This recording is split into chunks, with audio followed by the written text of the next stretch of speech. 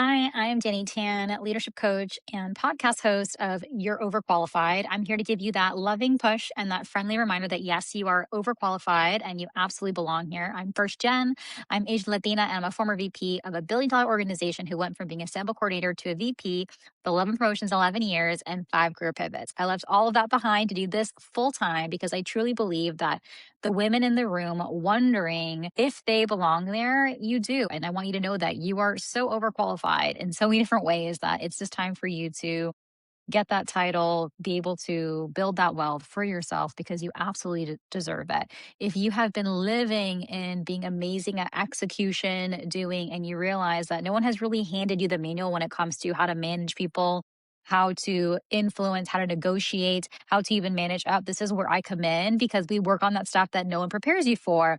The promotion conversation, the difficult manager, the moment you go from being the best executor in the room to being told you to be more strategic. And actually, how do you even get there? And so just know we'll be talking about that on today's session. So today we're going to be breaking down the 3 people who decide your promotion and why your manager isn't enough. So I'll be covering this in even more depth with a live Q&A on my webinar on July the 15th. It's completely free. So I highly recommend that you join. In the show notes is the link to the website to sign up. And so on this session, I'll be talking about what it takes to get a promotion and to secure a promotion and land it before your next review cycle. And so what does that look like?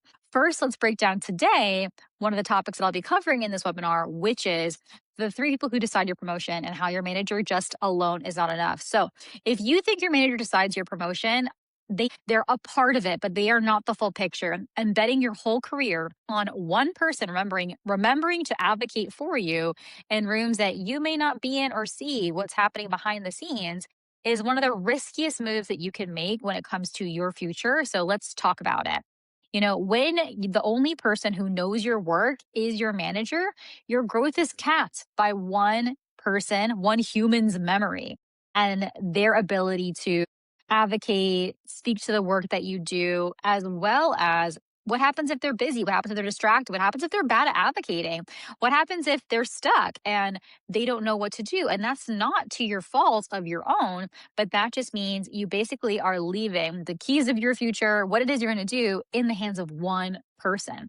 And that's just not okay, which is why I'm so fired up about this workshop and this session that I'm doing on July the 15th. You should definitely join. I just got off a coaching call yesterday. I was talking to my client about her promotion that she's getting ready for. She's ready. And so she was saying, what's the most important thing? And the most important thing is that we believe that if we have a conversation once, that our manager's on the same page as us and we're going to automatically get that promotion. But that's not the case. There are multiple people that have to be involved to get it pushed through. So I was just talking about this on a call just yesterday with one of my clients. And so this is a thing that I would say promotions get shaped through being reviewed outside of the review cycle. Prior to that, being measured of what you have been doing, creating a business case for how it makes sense for that to happen for you. They happen in budget conversations, and these are all things that you're not involved in, right? So you could be doing the work, but you're technically not going to be typically involved in how the team is structured if you get promoted, how it's going to affect the budget when you get promoted, the scope of what it is that you're doing to get promoted. And all of those things happen before the review cycle. So if you're waiting at the review cycle for things to happen, they have already, your manager, your manager's manager, HR, finance, they have already decided how the salaries are being broken out, how the bonuses are being broken out, how the team is being structured or restructured, who has to get hired or backfilled. And so knowing that, that is all happening months and months in advance. That can happen in one conversation at your review cycle and then it's approved. It happens months in advance where there are approved, reviewed, and they make a business case to make that happen. And so that's why it's really important that you never put all of your success and future in the hands of one person.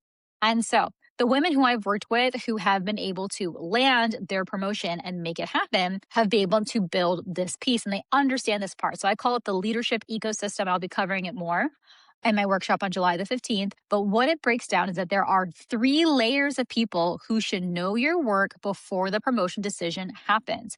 Because if you only have your manager, that's only one layer. There should be multiple layers of people who know what you are doing. And it's not about being fake or political. It's about being understood and known by the right people with purpose of the projects that you are moving forward so it makes sense to the business. And so I'm mapping all three layers live on the 15th. So I recommend that you join the session then. But that is really what differentiates those who are able to get a promotion through versus not. And so I'll talk about some things here. So even for my client, she's an individual contributor.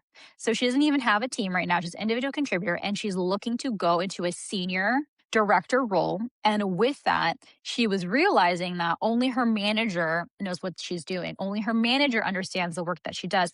And only the manager really understood that. So the biggest conversation that we had was how can her also outside of her manager, her department head understand what she's doing, her cross-functional partners understand what she's doing, because it's not just her manager that gets her promotion approved, it's also her boss's boss, and also is going to take getting some additional support from other cross-functional partners to vouch for the works and the projects that she's been doing. The other part is even if you're a manager already and you're eyeing getting into, let's say, an executive role, right? You may need to have cross functional leadership or peers pushing through the work that you've been doing to have the understanding and visibility. I have another client who, again, her boss knew what she was doing. Even her boss's boss knew what she was doing. But her boss's boss even said, you need to make sure that the heads of the other departments know that you're also pushing projects forward that are going to affect and impact them. So we can have a business case to get this approved. And so that's again how we have to make sure that we are understanding there are multiple layers to this ecosystem of what needs to happen there. And that, even outside of that, is how do you make sure you have somebody who is actually sponsoring you that's an executive that is not just a mentor, right? Because we can have mentors day in, day out. They're great, but they're just going to give us advice and they're going to base it off their perspective, and that's totally fun. But we need someone who's going to sponsor and champion you to push things forward, which means somebody who sponsors you is going to say, hey, Allie needs to get promoted in this cycle. She has been working on these things, moving them forward. This is how she's been impacting the business. That's a sponsor. Someone who's mentoring you is just going to give you advice, but then not be able to shout to the rooftops in other rooms of what it is that you're doing. And you don't want it to just be your boss. You have to have multiple touch points to show that you are creating impact in the organization, that you're creating credibility for yourself, that you're getting your work shown. And if you're like, oh my gosh, like I just want to work hard and do my thing, that's totally fine. Then you can do that as an individual contributor. But if you want to get promoted, promotions, they mean visibility. They mean being seen. They mean being valued and represented for the work that you do.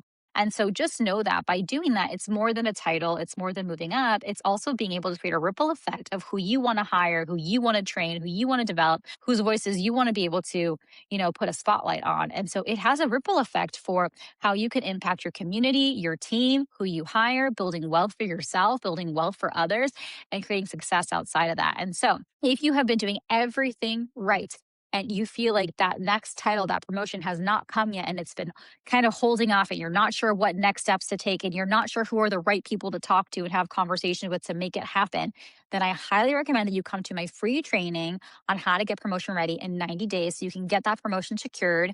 And it's going to be on July the 15th. Go ahead and look in the show notes here, and you're going to go to danitan.com. That's DANITAN.com/promotion dash training. And you can go ahead and register there to secure your seat so you can learn how to get that promotion.